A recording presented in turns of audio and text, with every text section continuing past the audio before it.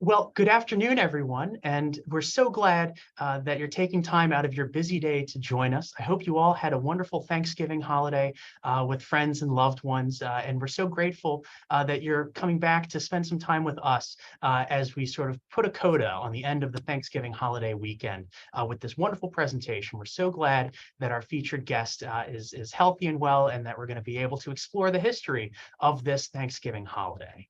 American lore says that Thanksgiving began in the Plymouth Colony under a veil of friendship between the Pilgrims and the Wampanoag Indians. While this event is steeped in national history and mythology, what many Americans don't know is that Thanksgiving was not recognized across the United States until 1789 under President George Washington. Nor do they know that it would take nearly a century until Thanksgiving became an annual holiday during the Civil War under President Abraham Lincoln. Joining us today to share this fascinating history is Diana Muir Appelbaum, a historian and the author of Thanksgiving, an American Holiday, and American History. Her book traces the origins and history of Thanksgiving, clears up misconceptions about the holiday, and looks at how its celebrations have changed over the years and decades since it was first created. She is also the author of Reflections in Bullow's Pond, Economy and Ecosystem in New England, which explores the interaction between the economy, ecosystem, and population growth in shaping the history of New England. Ms. Appelbaum, we are thrilled to have you here. Please tell us more about the history of Thanksgiving. Oh, it'd be a pleasure to do that. Well, Thanksgiving, of course, there is Thanksgiving, and there have been Thanksgivings of many kinds in the history of the world and the history of the West and in the background of Anglo-American culture. And there were special days of thanks, often proclaimed by kings, by bishops, by mayors of towns, or an individual congregation when something particularly special had happened. And that's a category, as are harvest festivals and other sort of possible ancestors of Thanksgiving. But what is special and different about this Thanksgiving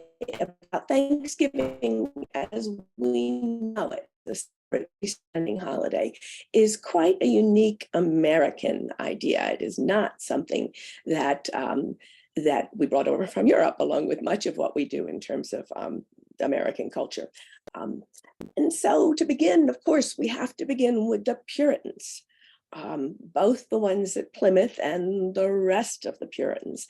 These were people who had no holidays. That was part of the doctrine of their form of Christianity in a century after Luther, but nevertheless at a point when the Reformation and the changes it brought was still in some sense in progress. And the Puritans formed a unique sort of Christianity where one of the key tenets of it was that there are no holy days, no holidays other than the Sabbath itself. They were very strict Sabbath keepers. It was a serious day of prayer. It was not, let's have a Sunday afternoon football game, or let's get together with some friends and do something fun on Sunday after church. It was a day of prayer. They were incredibly intense, sober people. A subgroup of those Puritans, of whom there were an enormous number in England, were the what we call the Scrooby-Leyden separatists. And this is the quirky little group of devotees who were the fringe of the Puritan movement. And the Puritan movement itself was a minority in English culture. Nevertheless, you have this, and Scrooby is the little town in England, the little village, a very small place that this tiny group of separatists came from. Many of you know, of course, that they fled first to the Dutch Republic, which was very broad-minded about allowing all kinds of religious sects and groups to exist. And however, they discovered that if you move to Holland, your children will begin to be Dutch. And so they wanted to find a place where their children could be English. And so they, in a very small group, on a small boat, they got money to do it by signing a contract with a previously founded but never used English chartered company, which was willing to give them a boat if they agreed to ship a certain amount of lumber and tar and other goods back to England, which they were never capable of doing, but it did get them to Plymouth, where we are accustomed as children to being taught that the first Thanksgiving happened. What actually happened after they, in that autumn, when the first, with the harvest and the one we all cut out in construction paper pictures when we were in grade school, what that was a kind of a treaty celebration, if you will. They they were very small, and most historians suspect that the Native Americans didn't quite know what to make of them. You remember that there had been an epidemic, not that they understood what an epidemic was, not that they had the germ theory of disease hadn't been invented yet, but smallpox, we now know, had wiped out the coastal populations. And so the Pilgrims were fortunate enough to stumble into a piece of coast where there were, this is first on Cape Cod and then Cape Cod Bay, where Plymouth is just south of Boston. They stumbled into a place where there had been some caches of corn stored for the winter at the point where virtually every human being died. And so they had, something to eat, and they discovered neighbors, and they needed to establish some kind of relationship. And of course, the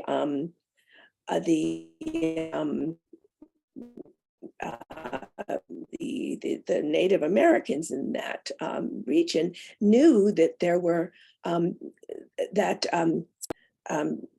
they knew that the English came, and the English had been coming for so long. There were little fishing stations essentially already set up where people were living on a year-round basis. And so this one seemed a little larger, but maybe not so strange. And any place they knew that there was an English fishing or other settlement they didn't quite understand, you could trade things. They were in desperate need. The native inhabitants, the Wampanoag tribe, was of metal goods, of knives, because the Iroquois were expanding. The Iroquois were very, very successful, and there's a reason for it. They had brought corn agriculture to the region and have been able to expand their populations more rapidly because they had it first. And tribes on the coast had just recently begun to grow it and weren't quite as good at it yet, but certainly their populations hadn't grown because of it. And so they traded knives to the natives for things that they could ship back to England or use. And that sort of kept things stable for a while, unless you, of course, count the Pequot War or there were two wars in that century. Nevertheless, the larger, and in my mind, more the group that actually establishes the holiday we're talking about was not the Scrooby-Leyden separatists. It was not the Pilgrims in Plymouth. It was something that's often called the Great Wave. And this is a movement of an astonishing number of Puritans, possibly as many as 30,000, who come over to New England in a single enormous movement that lasts from 1630 until 1642. It has very tight dates. And they come because it looks to them as though Charles I is going to turn England back into a Catholic country. And these are Protestants. England has been Protestant since Elizabeth at this point, but and they were, the Protestants in England were sort of working out a little bit at that point exactly what an English Protestant church would mean. Many of you will remember that it had been, of course, a Catholic country like the rest of Europe until Henry VIII needed a divorce. He, however, didn't change the religion very much. He just chained English language Bibles to every pulpit in England. But Elizabeth has the prayer book issued. And that was a very sort of important breaking date in how the English think about God. But when England began to become wealthy, to become well, really, it was when Elizabeth left the throne, they began to, because she had been a very, very popular queen and things had been stable, but there began to be arguments about exactly how to do this English church, the Anglican church. And the Puritans were part of that. They were proposing a certain kind of church. And when Charles I gets to the throne, he wants to either make the English style of Anglican church very, very much like the Roman Catholic Church, or perhaps even, and the breaking point that made them leave was he married a Catholic girl. And that, well, when that happens, people begin to worry a lot. They left England, and it will, in 1642, produce the English Civil War.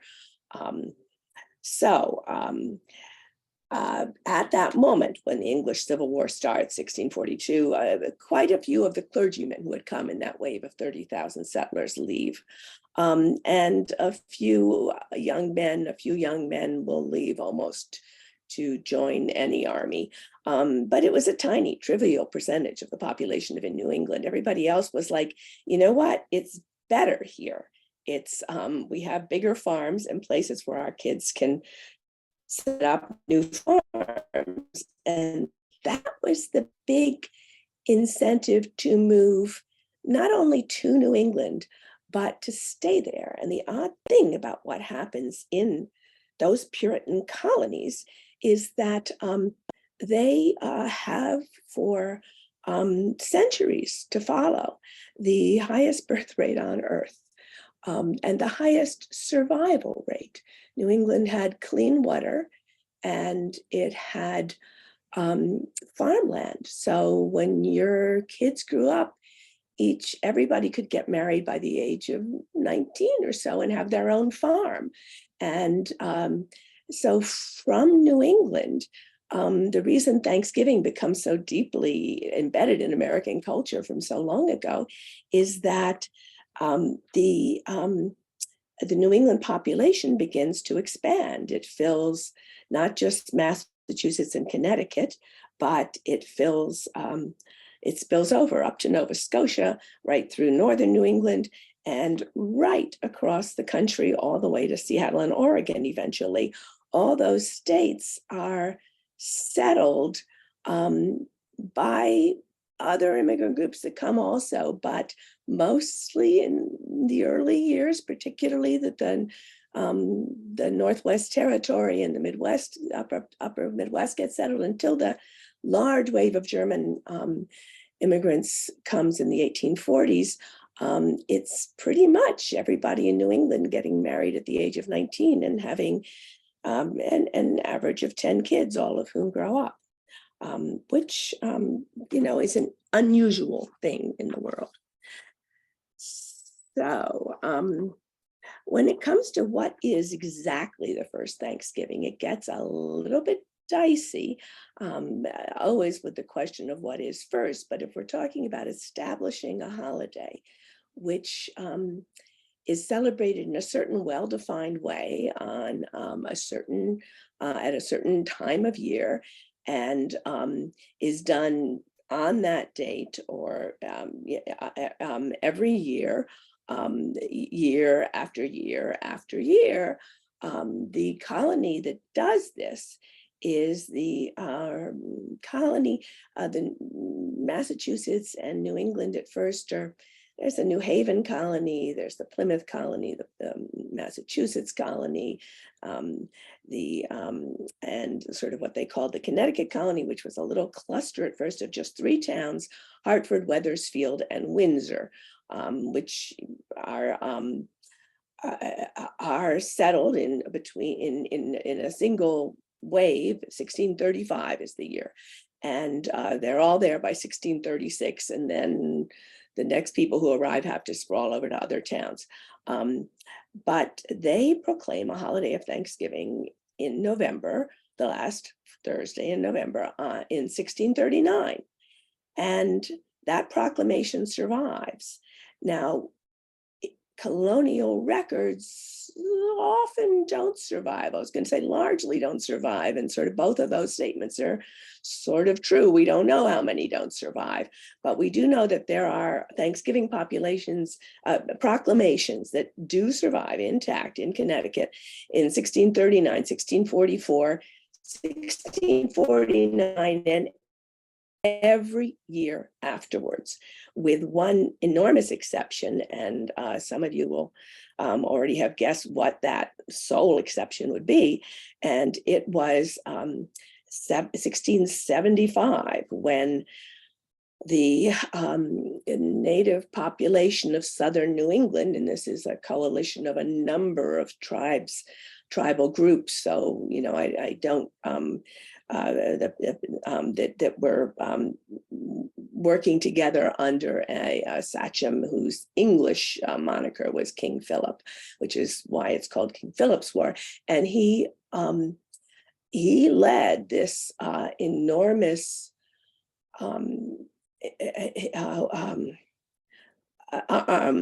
coalition of tribal armies that wipes out or burns down a number of towns in the Connecticut Valley, in eastern Massachusetts, certainly in eastern Connecticut and Rhode Island, that you know, sort of, and the colonial response, the destruction of Indian towns was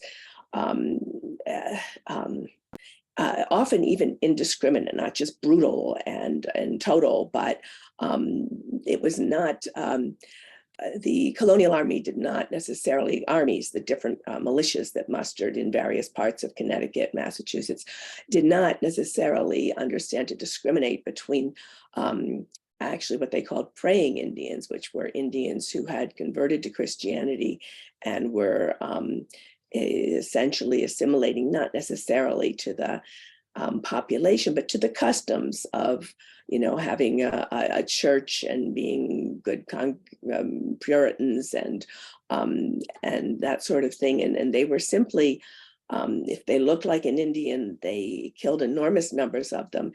The survivors were shipped, as happened in that era. There were survivors of wars in Scotland who were shipped to New England as slaves. And there were survivors of wars, and when the survivors of wars in New England were shipped to the slave markets of not just the Caribbean, but also the Mediterranean. It was in that era, that was how you got rid of people who was a way to get rid of armed men who had rebelled and might do it again. You wanted to ship them out and have somebody use them as slaves in some far off place. The world was very different. Nevertheless, that is usually the sort of end by date that is accepted as the for the organized tribal life resembling the life had gone before it in pre-contact New England, for a number of tribal groups, some of which survive today, among small groups of descendants who stayed together and kept the tradition, but in some cases, not the language that their ancestors had spoken has been lost.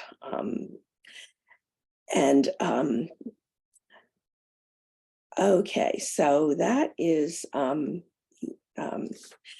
so Thanksgiving then becomes, by the 1840s, for the English settlers in Connecticut, it had become a regular annual event, not so very different from today, except of course that everybody went to church because it was the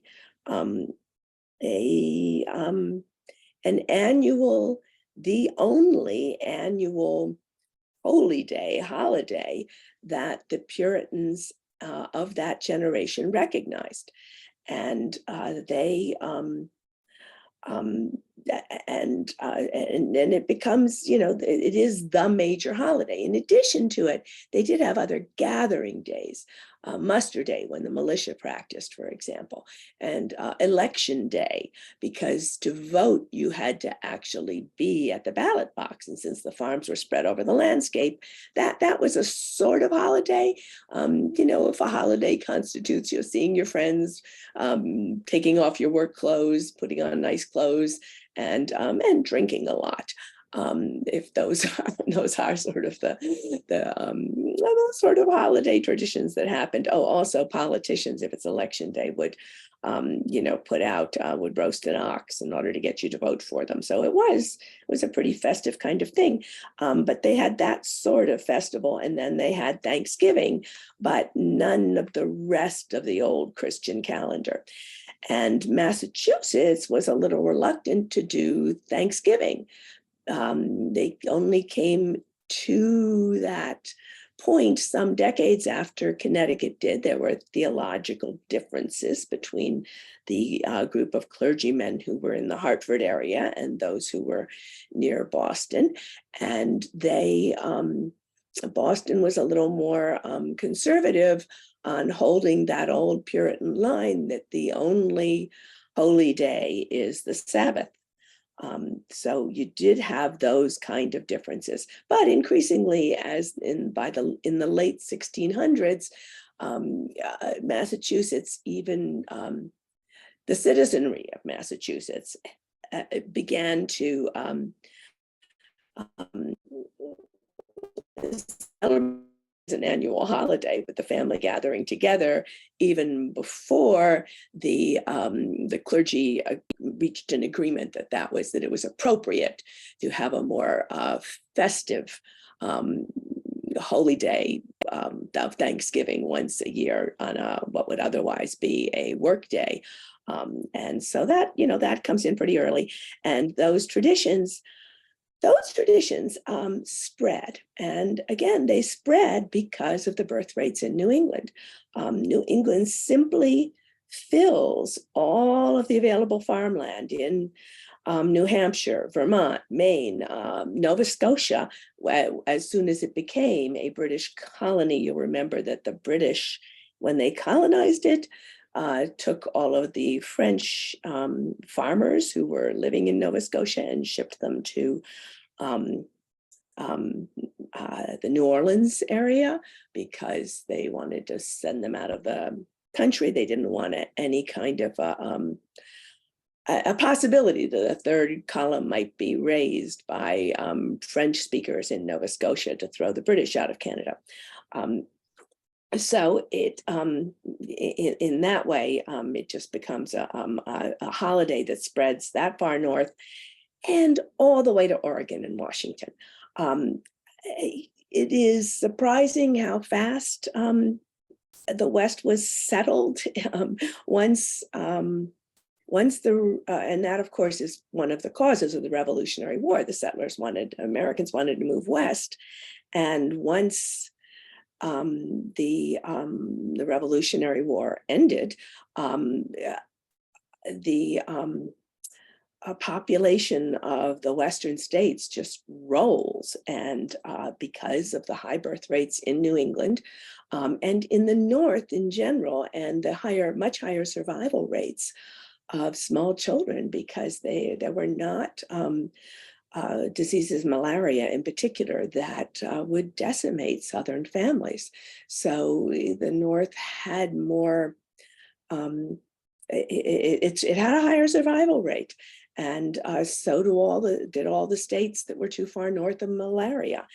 And so those settlers, as they went west, were of course mingling and mixing with people who came from other parts of the East Coast, with people who came from Pennsylvania. Even at that point had never really done Thanksgiving or heard of it, but they would meet in Ohio, settlers from Pennsylvania, settlers from West Virginia, and the settlers who had come to settle Ohio and all points west would find the idea of a lovely holiday at the end of the harvest season, which is when farmers have leisure. They would decide, well, we can do this. And they did. And then they began to push their governors to proclaim Thanksgiving Day, so that the New Englanders weren't alone in trying to persuade the governors of Ohio and Michigan and Oregon to proclaim Thanksgiving, because they had allies among people who had moved from the other states. And even though they might be a minority in some states at certain points, they could nevertheless promote that holiday. And it was carried south in a similar way, but for slightly other reasons.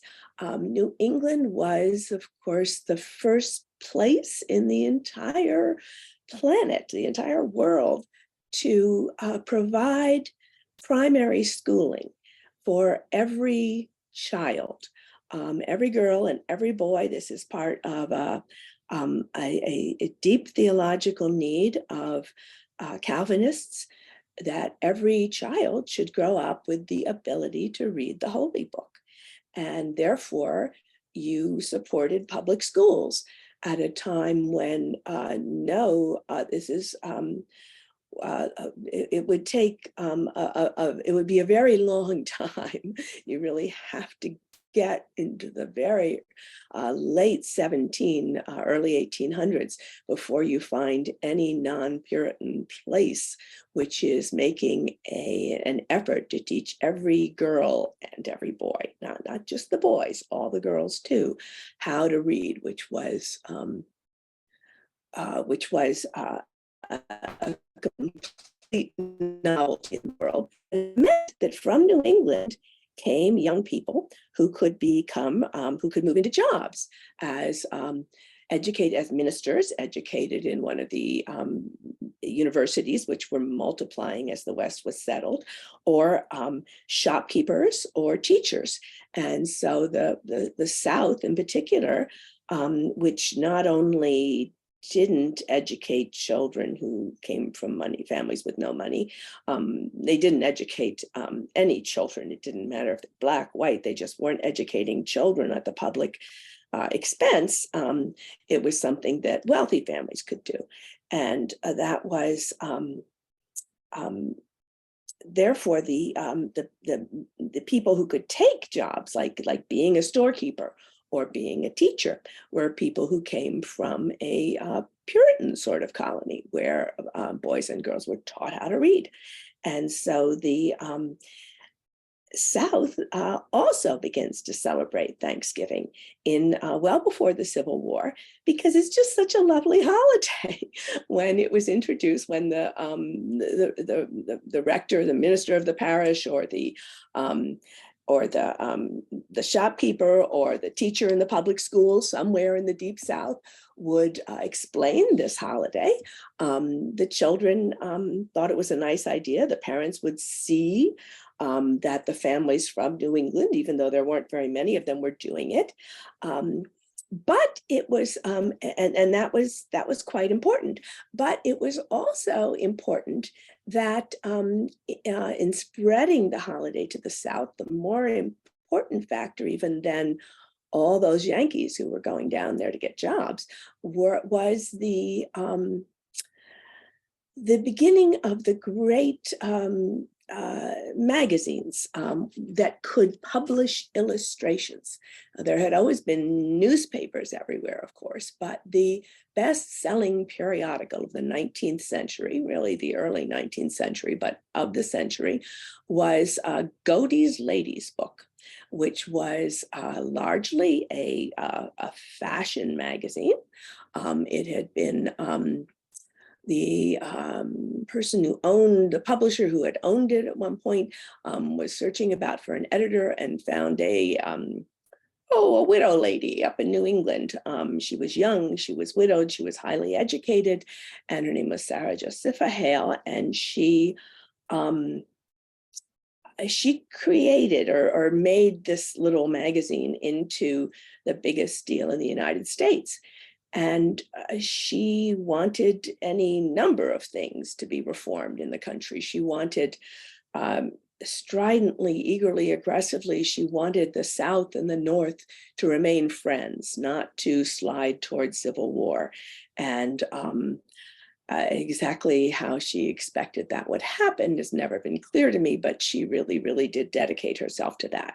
But she also thought that one of the ways of getting there to be one wonderful unified culture, where, to be sure, a significant population was enslaved, nevertheless, in her mind, the way to get there was to celebrate all the same holidays. And so she would publish every year Thanksgiving stories, Thanksgiving recipes, Thanksgiving poems. Poetry was a much more popular form of literature in that era.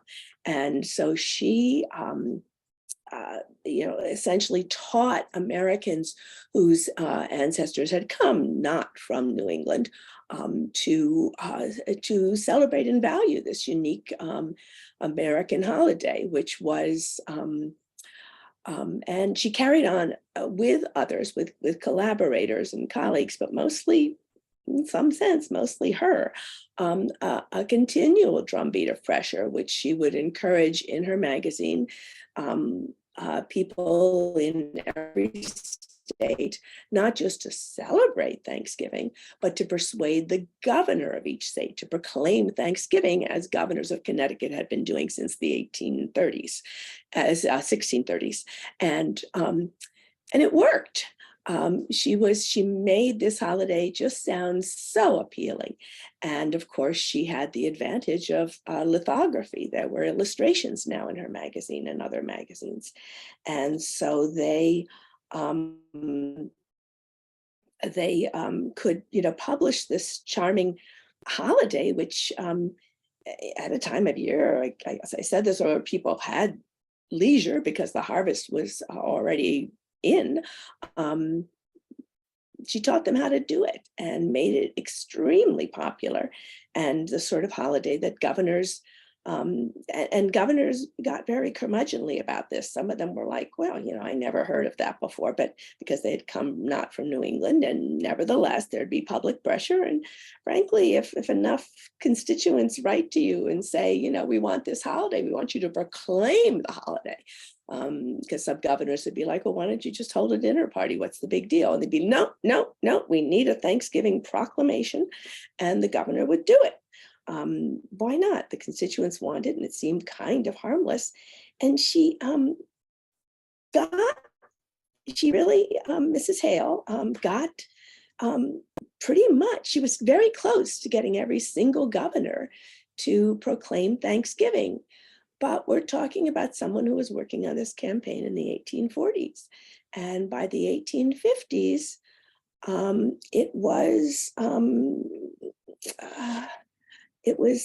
there were, let's see, Governor, I'm going to make sure I have his words exactly, one of the post-Civil War governors, to be sure, but he called it a damned Yankee institution. But that was the attitude of increasing numbers of Southerners as the United States slid towards civil war in the 1850s. The big battles were fought, of course, over whether territories that were opening for settlement out west because the United States had, pushed the Indians west out of that particular territory, or because it was simply being opened for settlement, which happens sometimes at a legal moment, but in general, settlers just moved west, and then would the battle would be over how many slave and how many free states you could admit to the Union. So there was a lot of that. That was what Congress fought over as we slid towards Civil War. It became involved in the battle to have Thanksgiving, or the battle to, not the battle exactly, but the movement, whether or not you liked Thanksgiving. If you were pro-secession increasingly in that period, you, even though your parents had held Thanksgiving dinners, you stopped doing so because it was a damned Yankee holiday. And that is something we just don't, it's not a kind of politics that we are used to thinking of in terms of old-timey Thanksgivings, but it was very real, and not trivial to people living at the time, whether you were having this holiday or not, and whether you in the South would be participating in something which was, after all, a Yankee institution. And this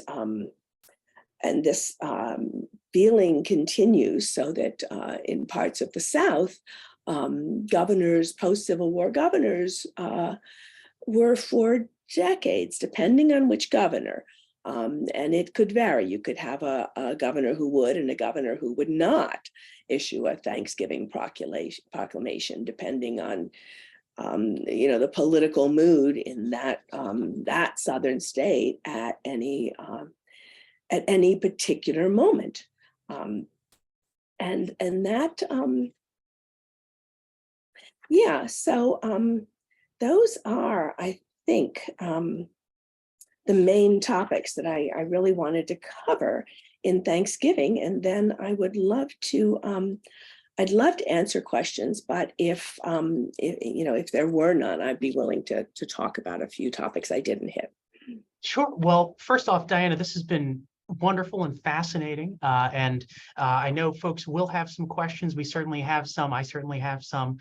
This is a good time. I didn't do the housekeeping earlier. If you have any questions for Ms. Appelbaum, you can put them into the Q&A section of the webinar. That way I'll be able to read them, and Diana, I'll curate them to you. But first and foremost, I know that in the first year of the Constitution, George Washington issued a declaration for a day of public Thanksgiving.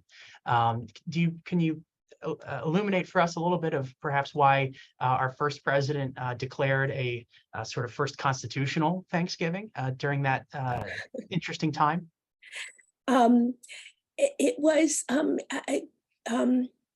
presidents historically have declared lots of days of Thanksgiving. Off and on, depending, but often for other reasons in other times of year. So he declared some. He declared sometimes on the battlefield.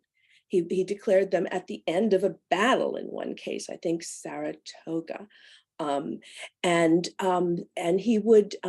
Like other commanding generals, do that. The Army was going to have a special day of Thanksgiving. It would mean there'd be prayers and double rations after a victory. And also presidents, governors could and did regularly, frequently in that era, declare days of Thanksgiving, which were then services would be held in the churches. So we have to really put Washington's proclamation, I think, into that context. Although, because he's a little earlier than the pressure to get presidents to declare Thanksgivings. Although that pressure would grow in the 19th century. And as it grew, it it's sort of a little bit political in a sense, but it also is part of what makes Thanksgiving popular. But the presidents in the 19th century would declare a day of Thanksgiving for the District of Columbia. We were much less centralized as a nation. So if you were the president and you declared a day of Thanksgiving for the nation, you were stepping on the toes of 30 or 40 or 50, however many governors there were the year particular. Well, it wasn't 50 yet, because it was their prerogative to declare Thanksgiving for their state. So there was an etiquette here, and that shifts, and some presidents begin doing it. And then, of course, we do get to FDR, who I didn't bring in a little more. Sure. Well, before we get to, if it's all right, before we get to FDR, I know one of the presidents who makes a bit of that shift is Abraham Lincoln during the Civil War. Could you illuminate a little bit of his role in perhaps nationalizing the holiday a little bit? I'm not sure he had much of a role in nationalizing it, in a sense that it was already there. The North was simply having Thanksgivings. There's not a northern state that needed Abraham Lincoln to tell them how to do this. Now, what he was doing was declaring it presidentially. And in a year when we certainly, as a nation that wished to be not a slaveholding nation, but a nation, everyone who was, on the Union side, and I live in Manhattan. Manhattan was not on the Union side. But most of the country, it was a rich place, and lots of rich Northern merchants weren't so happy with that war. They were shipping cotton to England. It wasn't how to make money to have a civil war. But, there are these little realities that we don't usually think about. But nevertheless, most of the North was very anti-slavery and wanted, if you're not a big cotton merchant, why not? I mean, what do you, so it was something that, he had some political pressure to do, and he did. But the holiday was already there. He wasn't declaring it for any state that didn't already do it. And he wouldn't have, in a sense, except that it was a special year of Northern victory and a right to give thanks together that the army has, not been defeated and that we are going to win this war, kind of thing. Sure. And did that presidential proclamation, is that when it became a recurring annual celebration, or did that come along later? It became a recurring annual celebration really in the 1640s in Connecticut, and then spreads. By the time you get to Lincoln's term of office, it was already being declared everywhere north of the Mason-Dixon line, and in the 1840s, everywhere south of the Mason-Dixon line. It was not a new. It's odd for us to think that way, because Lincoln. Who doesn't admire Abraham Lincoln and know all the wonderful things he did? And there are some things he did that just were sort of not novel or heroic, but just he was making his constituency happy by officially declaring thanks in a way that they enjoyed hearing a president do. That's not nothing, but it's not novel.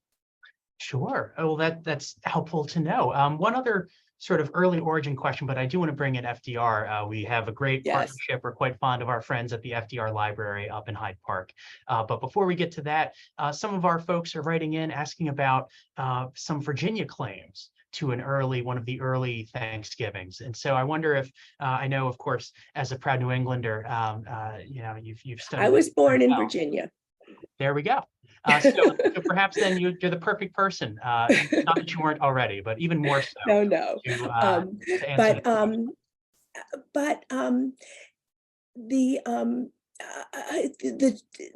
the century, the 1600s, was a century where having religious figures or non-religious figures make strong religious statements was de rigueur. This was just part of the culture.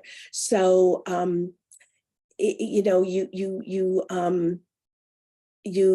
did celebrate things, and Virginia has that early Thanksgiving sort of thanks, you know, giving thanks, declaring a day of thanks is an ordinary, normal kind of thing to do in that century. It just was, and there were lots of them, and proclamations of a special day of prayer and thanks, prayer and gratitude, prayer and gratitude that the plague has ended, prayer and gratitude that the French lost the battle, or whatever. I mean, a wide range of things.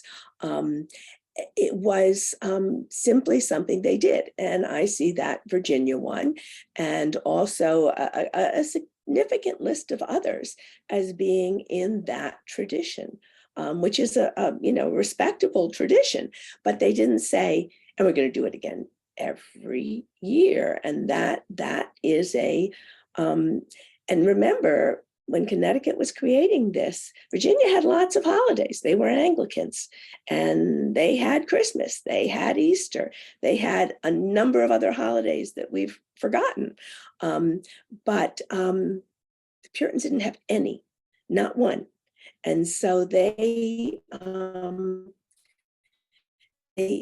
gave themselves a holiday that was, at least to Connecticut, as I said, the theologians in Massachusetts, it took them a couple of decades to get on board with it.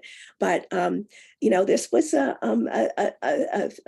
arcane bit of theology, if you will, that made it okay in the minds of that small group of clergymen around Hartford to do this. And it's a very different thing than the completely respectable tradition of saying, let's all give thanks on this day, which happened in Virginia.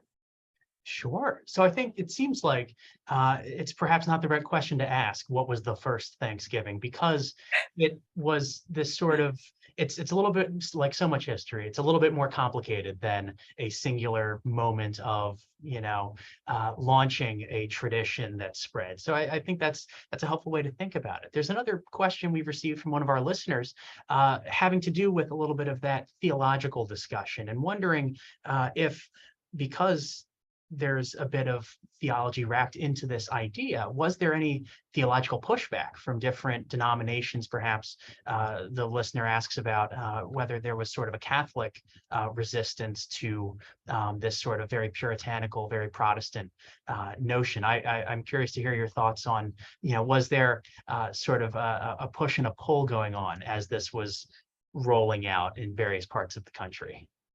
Well, early on, it took a while for the colonies to acquire a significant Catholic population. We know there are lots of Catholics here. We sort of forget how relatively late that happened. So the answer is yes and yes to your, yes, they paid attention. Well, early on, it took a long time to get a bishop here even. I mean, that comes shocking. You'd be surprised how late it was before the Vatican found it worth their while to even appoint one. We were just too on the little fringe at the edge of the world. And a few Catholics do arrive in Maryland, of course. I mean, anyone asking that question knows that. And but it's very small, and they kind of behaved quietly. They didn't try to stir up a lot of, you know, because they weren't. They rapidly, even though it was going to be their colony, it was very rapidly not a Catholic majority colony. And that's kind of the way American Catholicism was to say they were kind of quietly. And then when the Pope finally does, or I guess would be the Pope, or would it be a particular archbishop who sends that first bishop to America,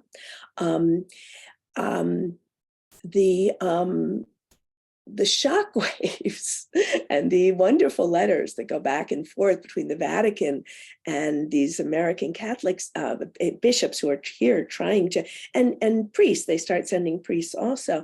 The not, of course, New Orleans accepted, but but they, the sort of misunderstandings, you get letters, home, as it were, saying, you wouldn't believe what happens here. We now have a second church in town, and people go to the parish to which they're not assigned. This is the way, and the outrage within this was not how it was done. And yet that sounds like a little thing, and it is kind of a little thing, but it's a typical example of the way the Catholic Church got here, and American Catholics who had come from good Catholic homes in solidly Catholic parts of Europe began behaving like Americans, thinking they could just choose which church to go to, and all the other similar kinds of things that went on. It was, you sort of have some sympathy for the Vatican here. Sure, absolutely. I know it sounds exactly, the unique American experience, and the headaches that might have caused. Now, I know we teased it earlier. Tell us about FDR. Like I said, we're So friends with FDR, we're talking 1939. He's already been president for a while. The Depression is not, it looks like it's getting better for a little while, and it's not again. Things are not good. And, Germany is already rolling across borders. This is not there's nothing cheerful going on. The economy's not good. The situation in Europe is really bad. People know all this. And so he decides that he's going to give retailers a hand. He's going to give them an extra week to sell stuff for Christmas, just to try to boost the economy. It's not clear that he was thinking about it very deeply or consulting very much. He wasn't, I guess I don't know, he just wasn't, he just was like, oh, I could do this, and he did it. And maybe, just maybe, I was looking at this and I was thinking, maybe it was just a total relief to have something truly trivial to argue about. Because the amount of ink that gets spilled that fall in newspapers in the United States, pro and anti moving Thanksgiving, serious intellectual and religious figures, weigh in thunderously from the pulpit and on the editorial pages.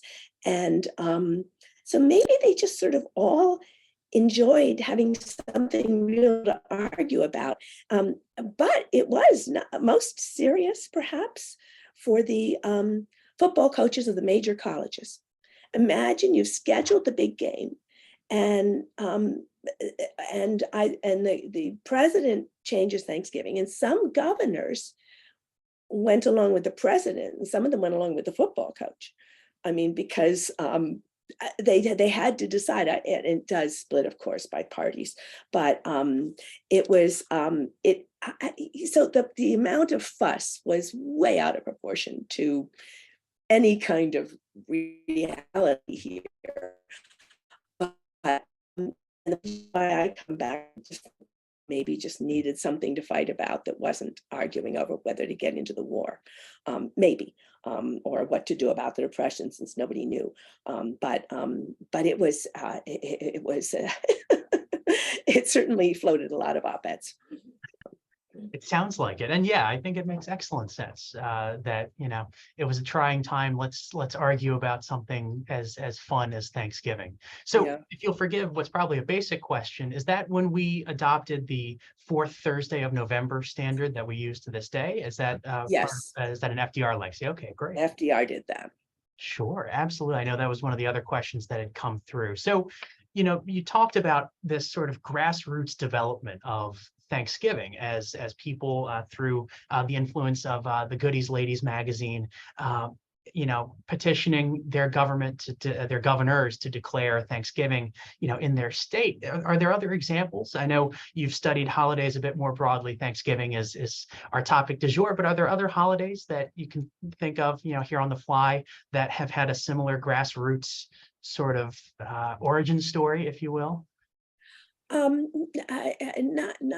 that I'm familiar with the extent that Thanksgiving did, although it wasn't entirely clear at first whether to celebrate the 3rd or the 4th of July. And it took a little bit of time to settle that down. And then, of course, there have been patriotic holidays that just don't last. And in some sense, we're kind of in that territory now, where I'm sure there are people listening who are old enough to remember when the Veterans Day parade of World War II veterans was a big deal in many, many towns. And those World War II veterans have passed from the scene. So that is no longer that particular Veterans Day event. It doesn't happen anymore. And that's a sort of an example that some people will remember attending, and then remember how sort of somehow it dwindled, and that particular aspect of it. We still do have Veterans Day, but not the way it was when there were lots of people, when most grown-ups remembered the war. So these things do shift over time. Sure. I think one of the big takeaways, at least for me, from this wonderful conversation today, is that it's easy to think of a sort of linear, clean line history of many things, but especially traditions and holidays, and that, we need to take a step back and think that it's a lot more complicated. There's a lot more nuance. There's evolution, there's devolution, there's, shifts and pulls and pushes, and it really, it's worth exploring all of this as we look at other holidays. I know someone just ever so briefly, and then we have to wrap up here in a minute, but someone just chimed in about the efforts to create Mother's Day being somewhat of a bit of a grassroots effort as well. And so again, that idea that, holidays are a bit more complicated, but perhaps a bit more lowercase d democratic. And so, if you have any closing thoughts, Ms. Appelbaum, we'll go ahead and wrap things up here, and I'll put up a screen here for our audience. But if you want to give the last word here.